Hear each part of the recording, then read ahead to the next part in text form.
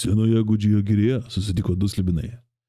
Sveiki, aš esu Slibinas Edgaras ir kolega Slibinas Artakas. Sveikas, Artakas. Sveikas, Edgarai. Ja, Antras mūsų. Antras, jau netgi antras. Toks jausmas, kokį 100 būtume padarę, bet matai vis laiko po sesijų mes neįrašinėjom nieko. Tai jau tikrai. Aš bent jau porą 100 valandų kontento praleidom.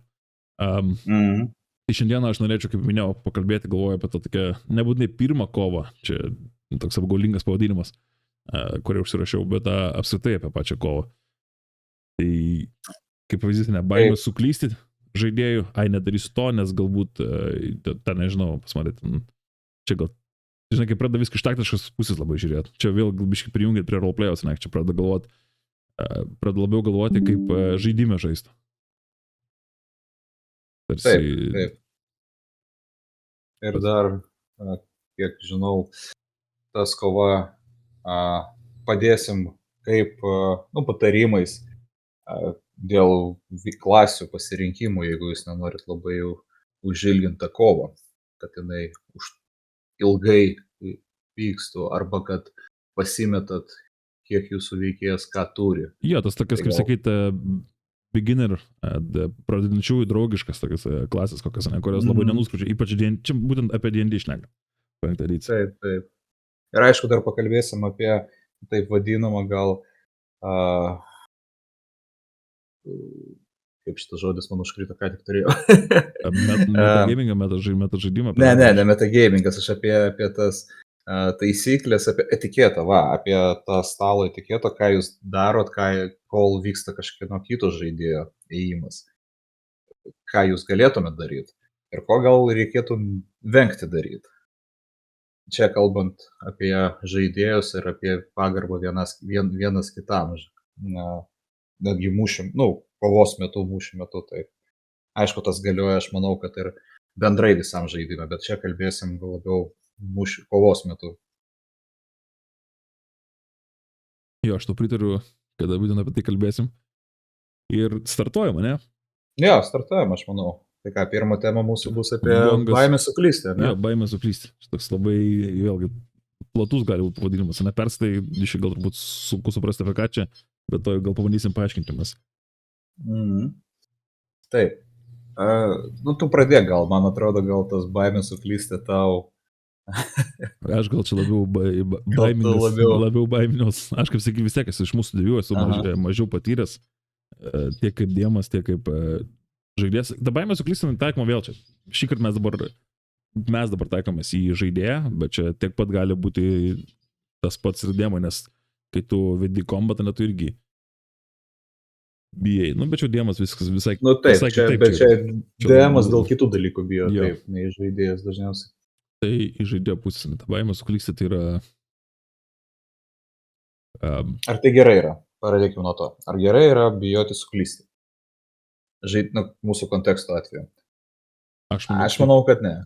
Aš manau irgi, kad ne. Aš esu ir skaitęs, esu ir girdėjęs tokią nuomonę, kuri vadinasi, kad didžiausia klaida dažniausiai būna tai nepadaryti kažkokie tai veiksmai. Taip. Tai pats pabijojimas kažką daryti. Tai mano yra didesnė klaida negu kad suklydimas. Klaidos tiek kovoje, tiek ne kovoje, bet šiek tiek apie kovą, bet kovoje būtent klaidos yra perliukai, kurios tu gali išridenti toliau, žinai, kaip sakyti. Taip. Ten, sakykime, bijai, nežinau, tavo veikėjas ir labiau, sakykime, orientuojasi į artimą kovą, ne? Tai tu bijai, ten nenori naudoti savo ten crossbow, ar ten dar kažką, arba galbūt tu galvoji, kad ten tau slėptis, ar stealthly prieiti prie priešų yra didžiulių klaida. O kodėl? Visą laiką turiu galvoti, gerai, nes situacija yra tokia, mano veikėjas tai galbūt darytų, tai kodėl aš turiu galvoti, kodėl tu turėtum tada galvoti kažkokias tai techninės priežastis, kaip tau tai sugadins, nežinau, ką žinau, gyvybės tavo, ar ten galbūt ta kova nebus tokia tobula ir panašiai. Svarbu. Aš manau, kad taip, prašau. Viskas, Aš manau, šitas dalykas labai dažnai kyla žaidėjams, ypač naujiems žaidėjams, dėl to, kad jie sukūrė savo pirmą veikėją ir jie nelabai nori, kad tas pirmas veikėjas mirtų arba kristų kovoje, nes aš atsimenu labai gerai, vat, iš mano patirties pavyzdys toksai buvo, nauja grupė žaidė ir aš vyko kova ir jie kovojo pastate name. Tačiau priešas buvo dar už pastato ir aš apibūdinau antrą aukštą, kokie langai kur žiūri ir matyt, arba aš nelabai gerai iki galo apibūdinau, nors man atrodė tuo metu, kad gerai tai padariau, nes schemą turėjau priešai save. Gal žaidėjas ne iki galo suprato ir kai žaidėjas pasirodė tam antram aukštui pro langą, kuris buvo matomas, jį sušaudė ir pataikė keli ten kelios strėlės pataikė ir tas žaidėjas nukrito be sąmonės, 0 hit pointų. Ir aš mačiau to žaidėjo akyse va tą tokį kaip nusivylimą, kad žaidėjas vos nepradėjo, vos ašaros nepabėgo jam, kad jos veikėjas buvo, kurį jinai kūrė, kurį jinai daug laiko skyrė tam, kad sukurti jį, ir jis staiga mirė, va dabar jau. Jis aišku nebuvo miręs, tik 0 hit pointų, tai paskui prikėlė, bet pats tas dalykas, tai aš galvojau, tas dar įtakoja, kad žaidėjai bijo, sakykime, suklysti, bijo daryti tai, kas atrodo nėra logiška arba nėra, protinga daryti. Tarkim, jūsų sesijoje tavo tie fireballai. Galiu duoti pavyzdį su fireballais, bet galiu duoti pavyzdį vieną prieš tai Gromas, ne? Tai kai buvo tenais deganintas kaimas ir jisai bėgo priekį, net frontavo, taip, tai nebuvo, jeigu tai atsisėstum, pagalvotum, jo, čia nėra logiška, čia žaidimo iš taktinės pusės čia yra kvaila, dar Battle Masters, ne, bet tuo metu aš galvoju, kad Gromas, tai yra tai, ką Gromas darytų, man taip atrodė. O čia yra mano svarbiausias klausimas, ne? Ar mano veikėjas tai darytų? Ir jeigu tu pasėdi, pagalvoji, šiek tiek apmastai, jeigu turi laiko apmastai, jo, mano veikėjas tai darytų, tai varyk.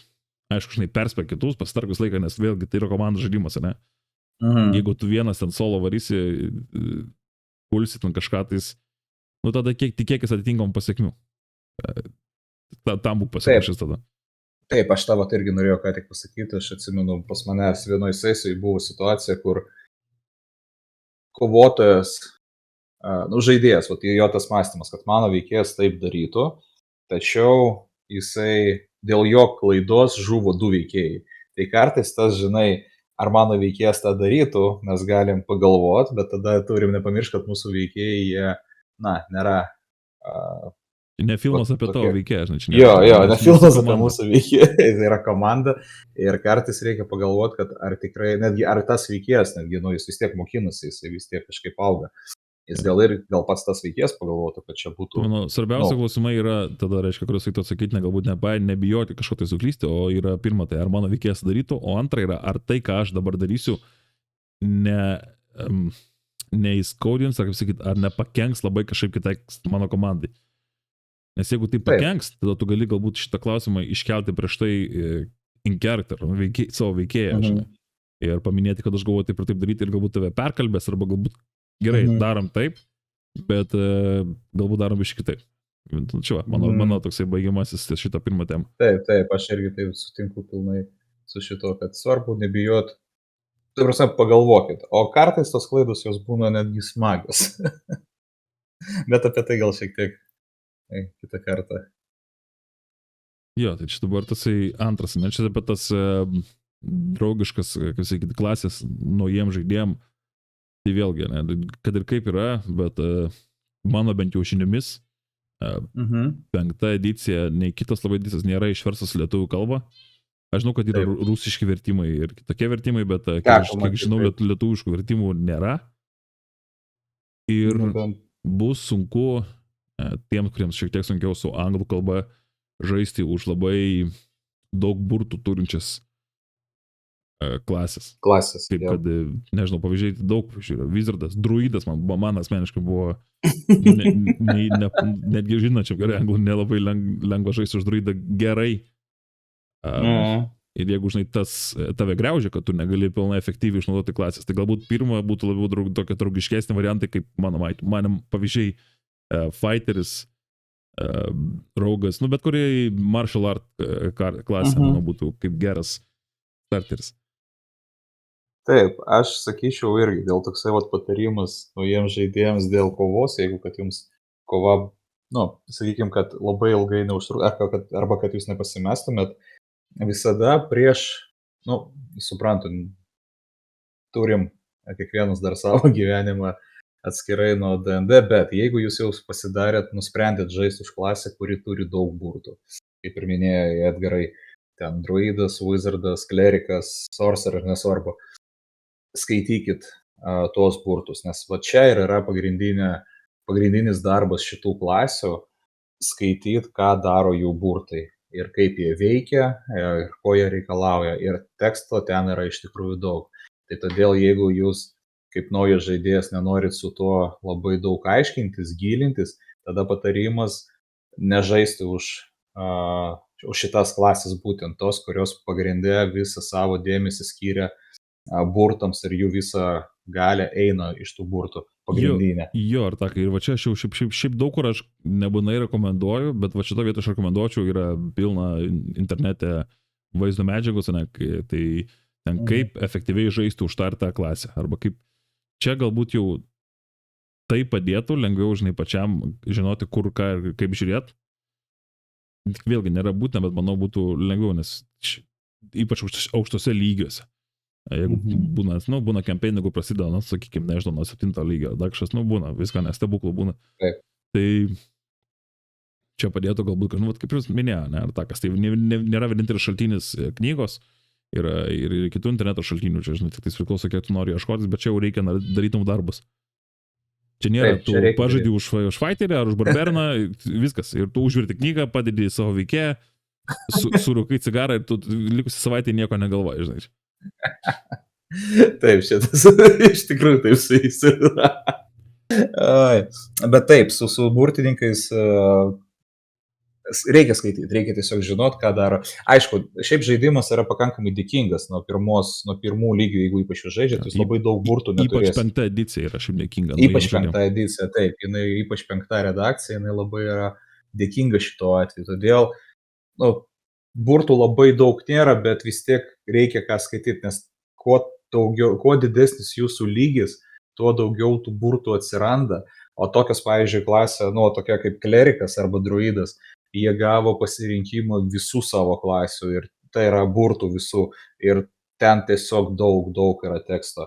Todėl ir šitas dalykas paskui atkeliaus į kovą jūsų, nes jeigu jūs neskaitysit iš anksto, ką gali daryti jūsų, pavadinkim, burtininkas jūsų ir kokie jau burtai, kaip veikia, jūs tada ilgai gaišit laiko jau mūšio metu, bandydami skaityti ir žiūrėti, ką daro jūsų veikėjas gali padaryti, arba pajusit gal netyčia tokį jausmą, kad dėl jūsų visi sustojo, visi laukia jūsų ėjimo, kol jūs kažką padarysit ir tada gal pradėsit šiek tiek stresuot ir gaunas, kad tada tu neskaitai iki galo arba nepasirinki tą burtą, kuris šito metu, šito atveju galėtų gerai suveikti ir padėti. Ir ar keli dalykai dabar, jeigu galiu.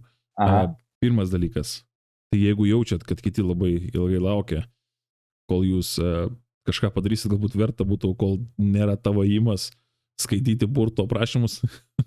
Taip, va šitą dalyką aš ir norėjau kaip tik pakalbėti apie tą etiketą, kur aš minėjau. Čia prie tiek dar prieisim, bet dabar antras dalykas, ką norėjau pasakyti, tai tiems visiems, kurie žaidžia už naujiems žaidėjams, ypač už fighterį, už raugą, N variantą, nėra N variantų, nėra jau labai tiek daug variantų, bet esmė, kad yra tam tikros atmintinės internete, kur tu gali, jeigu nori, pasilengvinti savo gyvenimą ir turėti tiksliai, kaip sakyti, kokia yra veiksmų eiga. Jeigu tau sunku atsiminti, kol kas ypač pradžioj, aš manau, čia užtrunka, kad atsiminti, kad tu turi bonus actioną, ir pavyzdžiui, ką ten gali daryti, bet beveik visos klasės, pavyzdys, actionas gali būti help action, bonus action, kai kur ten turi, nežinau, vėl ten reakcija turi daug kas tą attack opportunity, beveik manos kiekviena klasė turi šitą dalyką. Jo, yra tokie dalykai, kitas ten variantas galbūt yra, aš irgi rekomenduočiau šiaip daug kam reikia tikrai pradėti nuo papirinio lapo, bet aš pats asmeniškai nuo tada, kada perėjau į D&D Beyond, niekada atgal ir nebegrįžau, žinai. prie lapo, bet čia mano Reklamą asmeninė nuomonė. neįmeti. Jo, čia šiaip shameless. Ne, mumis nefinansuoja ir nėra mūsų. Ir niekada tikras nefinansuos. Ir tikras. Bet taip, iš tikrųjų Edgaras gerai pasakė. Taip, šiais laikais yra daug internete dalykų. Oficialus yra D&D Beyond ir jisai iš tikrųjų pakankamai gerai atlieka tą savo darbą, bet yra, man atrodo, dar keletą šaltinių, kur jūs galit turėti, jisai elektroninis variantas, kuris jums padės nepasimest jūsų veikėjo visam tam, kas kur pasikas yra ir kokie veiksmai, ką jis gali daryti. Tai trumpai, pavyzdys variantas yra alternatyvių character sheet'o veikėjo ant tų lapų, kur galbūt biškį lengviau viskas, nes kad ir kaip yra tas oficialus D&D character sheet'as gali būti šiek tiek painus. Ir yra alternatyvių variantų, kur galbūt pasižiūrėjus jums labiau galbūt patiktų. Čia kiekvienam, žinai, nuskonis. Aš jeigu jau turėt popierių, tai aš mėgstu tą oficialų, man jisai gal, kaip sakyt, pirmas patiko, tai ir prilipo, bet yra alternatyvų. Ne viena ir ne dvi. Man patinka popierius, bet čia iš tikrųjų kita tema, bet taip trumpai, man popierius patinka dėl to, kad aš pats rašau ir aš tada greičiau įsisavinu, ką aš rašau, atsimenu. Būdų visokių yra. Yeah. Tada dabar gal prieinam. Tai jo, tai etiketą, nes tu jau paminėjai apie ką galima daryti, kad nelaukti. Iš tikrųjų, aš tą ir norėjau pakalbėti apie etiketą prie stalo, sėdint prie stalo ir kol mes laukiam, arba kol nėra mūsų įėjimas, ką mes galėtumėm daryti. Čia mes būtent apie mūšį kalbame, nes mūšis būna kartais. Apie mūšį, taip. 5 edicijoje, kad ir kaip yra, ir matyti ediciją prieš tai, D&D toks žaidimas yra, kur mūšiai trunka kartais porą valandų. Yra buvę ir ilgiau. Ir būna trumpai, bet būna 3 valandas. Man atrodo, rekordas su jumis buvo 3 valandas. Das vašysi. Nuo to ar takai ir pradėk tada. Jo. Tai mano toksai patarimas žaidėjams, ir čia jūs, kol laukiate savo įėjimo, kaip aš sakau, kaip demas, vienintelis dalykas, jeigu jūs telefonę savo sėdite arba planšetę, tai aš tikiuosi, kad jūs ten sėdite ir skaitot savo veiksmus, ką jūs galite padaryti, ką jūs turite inventorių, ką jūs galite panaudoti, arba kokie jūsų yra burtai ir kaip jie veikia. Nes jeigu jūs, ką galima padaryti blogo, tai kai baigęs jūsų įėjimas, nestebėt, kas vyksta toliau. Pasiimti telefoną, su kažkom susirašinėt, arba kažką žiūrėti, kažkas, kas nėra susijęs su žaidimu, su savo reikalais. Nes iš vienos pusės tada gaunas, kad jūs atsitraukėt nuo stalo, ir tada, kai ateina jūsų įėjimas, jūs tada pamirštate, bet ne tai, kad pamirštate, jūs net neišgirdot, kas įvyko ir gal net nesuprantat, kas vyksta. Ir tokių atvejų pas mane buvo keletą, kur žaidėjas tiesiog įėjimas jau baigėsi, jisai nebestebi, kas vyksta. Kas vyksta, koks mūšis, ką kiti žaidėjai, kokius priima sprendimus. Ir jisai laukia tiesiog savo įėjimas. Ar jisai sėdėjo telefone, kažką ten scrollino, paskui, kai atėjo jo įėjimas kažką daryti, jis klausė, o kas vyksta? Ir visas stalas tada automatiškai, žmogau, kur tu buvai? Ir DM-ui tas yra iš tikrųjų, tai tokiu elgesiu jūs rodot nepagarbą savo draugams, kurie sėdi prie jūsų stalo. Tai sakau, jeigu jūs kažkur jau sulindat į telefoną, tai aš tikiuosi labai, kad jūs tada žiūrit, ką daro jūsų veikėjas, ką dar daugiau jūs galite padaryti. Tai mano pirmas toks dalykas, rodykit pagarbą kitiems žaidėjams. Nors ir ne jūsų įėjimas, vis tiek stebėkit, kas vyksta.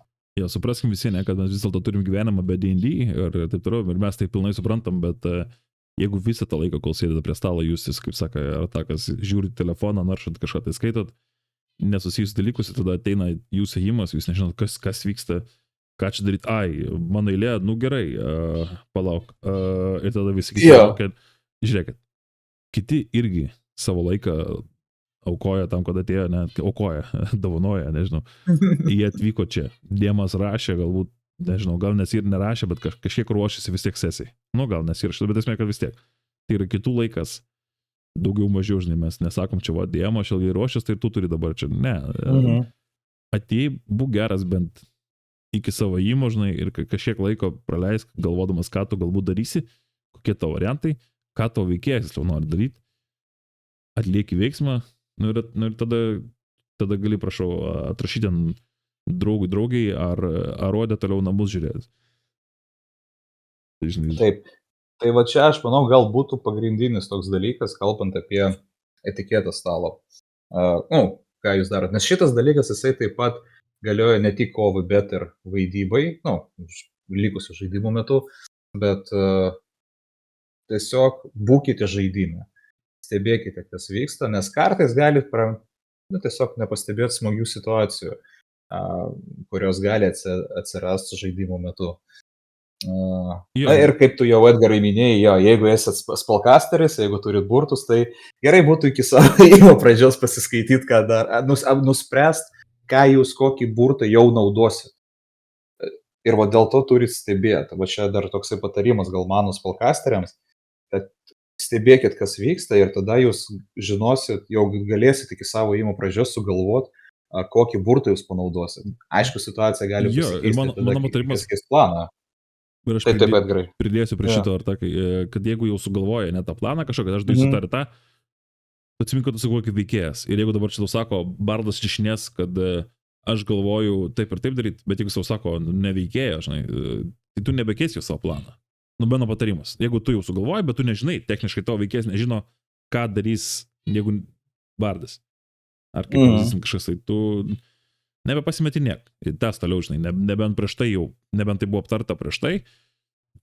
Čia, aišku, vėl čia išskyrus atvejus galbūt, išskyrus atvejus, kur galbūt reikia to taktiškumo ir reikia komandinio sprendimo ir, kaip sakai, yra ta vadinama veiksmų ekonomija, kur nori kuo mažiau spelų aukšto lygio išnaudoti, bet padaryti maksimalią žalą, nes vis tiek tai vis dėlto yra žaidimas, kur yra gyvybių skaičius ir legendary reactions ir ten rezistences ir panašiai.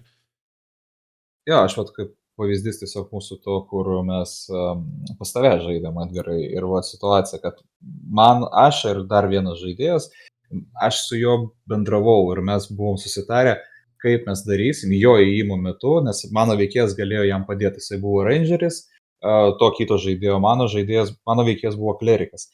Ir aš galėjau padėti jam su pataikymu, tai aš jam sakiau, kad tu stenkis padaryti kuo daugiau žalos, tai tas rangeris su lanku šaudydamas, jisai savo imdavo -5 prie pataikymo ir jam būdavo sunkiau pataikyti, bet aš jam sakydavau, kad jis taip darytų, nes mano klerikas galėdavo jam padėti su to pataikymu, šansų pataikyti. Ir mes prieš bosą tada tavo kovojom Edgarai ir tas variantas labai visai gražiai suveikė ir tas rangeris darė daug žalos, o mano klerikas jam padėjo tą daryti. Tai čia buvo mūsų jo. Ir baimė suklysti, sugrįžtant dabar čia trumpam prie baimę suklysti, čia aš kaip dėmos suklydau, duodamas Hebrai 20 levelio paladiną. Tai va. Galbūt reikėjo pabijoti šiuo atveju. Gal reikėjo. Ir žinok, mūsų dabar tas paskutinis, toksai, ką mes norėjom pakalbėti, jau kai prisistatėm kalbėjai metagaming toks žodis. Aš gal galvoju, tu Edgarai pasakyk, kas yra tas metagaming. Aš manau, mes dabar apie metagaming trumpai užsiminsim labai. Bet čia kovos, būtent kalbant apie kovą. Tai metagamingas kovos metu yra, sakykime, kad tu kaip žaidėjas, čia galbūt labiau patyrusim, bet nebūtinai. Galbūt tu kaip žaidėjas žinai, kad ten troliai nesiregeneruoja gyvybę, jeigu jie gauna ten ugnie žalos, kaip pavyzdys. Arba, tu žinai kažkokią informaciją, kurią tu žinai tik kaip žaidėjas. Ir tu būtent efektyviai naudoji tą informaciją kaip veikėjas, kad pasilengvintum savo kovą. Ir paprasčiausiai, jeigu tavo veikėjas to nežino, tą informaciją tu gali savo galvoje turėti, ją prisiminti kaip anekdotą, bet kol tu to neišmoksi kaip veikėjas, darydamas kažką tais, dėkim dėmesio nepasako. Tu pamatai, kad panaudojus ten kažkokį tai burtą, jo žaizdos nebeužsigydo. Aha, tai dabar aš kaip ir veikėjas žinau, kad būtent šita magija daro tokį efektą. O ten kitas pavyzdys galbūt tu kaip kitas pavyzdys, tu žinai, kad ten ta magija darys mažai žalos, arba jis turi immunity resistance, bet techniškai tu, turėtum nesustoti, naudoti ten vieną tipą arba kito tipo ataką, nes jo ten statai tam dalykai aukšti, arba ten turi immunity resistance. Čia įsivelia tada, tasai, kaip sakyt, įlenda. Mes būna patys save, kad pagaunam. Ai, plėt, aš... Oi, čia tas... Taip, trumpai apibūdinant, metagaming yra, kai žaidėjas naudoja savo žinias kaip žaidėjas tam, kad jo veikėjas priiminėtų sprendimus. iš vienos pusės, kaip ir tam tikrais atvejais galima tai padaryti, aš kartais kaip žaidėjas mėgstu, aišku, aš nesakau garsiai, kad aš taip darau, bet dažniausiai tai dalykas nėra, sakykim taip, dauguma bendruomeniai žaidėjų, kas žaidžia, jie nelabai pozityviai žiūri į tokį dalyką, kai žaidėjas, jisai naudoja žinomą informaciją. Ir tas metagamingas, tu pasakė apie tas, kaip pavyzdį trolį, bet toks stipriausias gal būtų dalykas, kai pasako, koks yra padaras ir tada žaidėjas pradeda vardinti, kad pas jį yra tokie resistances, tokie immunities, jisai jo tokią magiją neveikia, bet jo veikėjas to negali žinoti. Paprasčiausiai, jis nebuvo sutikęs, sakykime, jis sutinka demoną. Ir taip, demonai turi daug visko. Ir jeigu žaidėjas pradeda tai vardinti ir sakyti visiems žaidėjams, kad žiūrėkit, mes turim daryti taip ir taip. Ne, va čia vadinasi tas metagaming ir šitas dalykas nėra nėra pozityviai, į jį nieks pozityviai nežiūri. Dauguma žmonių žaidėjų, su kuriais man teko žaisti, su kuriais teko bendrauti. Jo, tai jeigu trumpai apibendrinta, tai nebijokit suklysti.